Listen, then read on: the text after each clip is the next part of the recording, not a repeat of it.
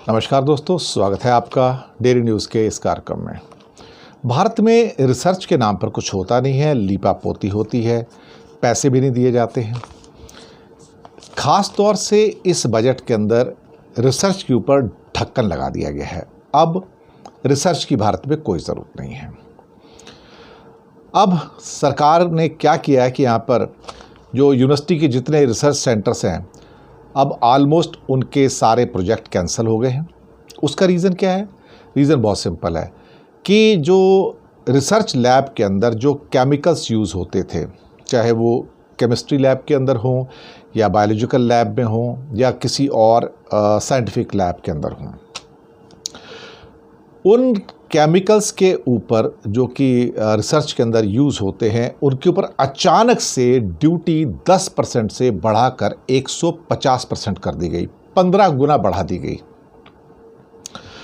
अब साइंटिस्ट को बता दिया गया कि हम आपको एक्स्ट्रा फंडिंग नहीं देंगी, ये इतना महंगा आपको केमिकल खरीदने पड़ेंगे अगर आपको यूज़ करने हैं। अगर आपको ठीक लगता है तो करो, नहीं तो टाटा बाय बाय। एक तरह से यही संदेश है। तो सारी की सारी भारत की जो प्रीमियर लैब्स थी उसको अब आउट ऑफ वर्क हो गए हैं, क्योंकि जो पहले सपोज़ करो कि केमिकल्स 1 करोड़ के आते थे, अब उसके ऊपर 1.5 करोड़ की ड्यूटी हो जाएगी, तो अब ये 2.5 करोड़ की कीमत होगी। ये तो फंडिंग ही नहीं इतने उनके पास, तो कहाँ से करेंगे काम? तो इसका मतलब ये हुआ कि भाई आप अब अपना रिसर्च का काम बंद कर दीजिए। वैसे भी भारत में रिसर्च का काम होता नहीं है।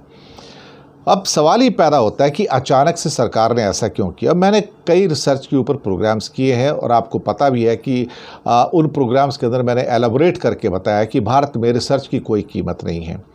भारत के अंदर जो रिसर्च करते हैं उनकी कोई इज्जत भी नहीं है। और सरकार अपनी ओर से क्या कहती है कि 5G की प्रॉब्लम्स आती हैं। अब ये 5G वो नहीं है जिसको आप समझ रहे होंगे। एक तो इनके ऊपर पहले जो 150% की इंपोर्ट ड्यूटी है वो है, फिर उसके ऊपर साथ में 18% का GST लग जाता है, तो ये पहला G है। दूसरा है कि इनका GEM है, यानी कि गवर्नमेंट का ई-मार्केट प्लेस है, आप वहीं से चीज़ों खरीद सकते हैं, प्राइवेट मार्केट से नहीं खरीद सकते, तो यानी कि गई भैंस पानी में। एक और G है GTE, it stand for global tender inquiry, यानी कि ग्लोबल टेंडर इंक्वायरी भी आप कर सकते हैं यहाँ पर।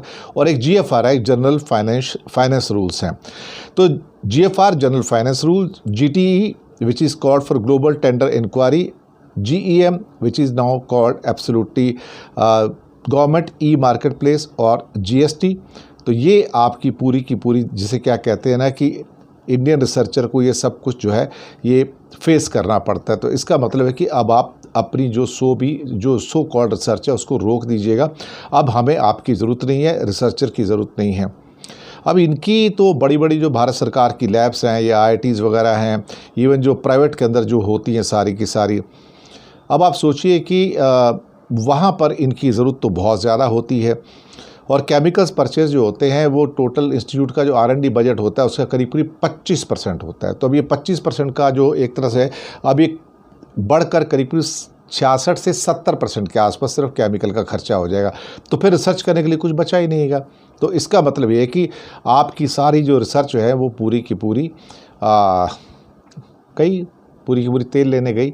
सरकार चाहती नहीं कि इस देश में रिसर्च हो, और मुझे लगता है कि कोई मूर्ख ही इंसान हो सकता है जो 10% से ड्यूटी बढ़ाकर 150% कर दे।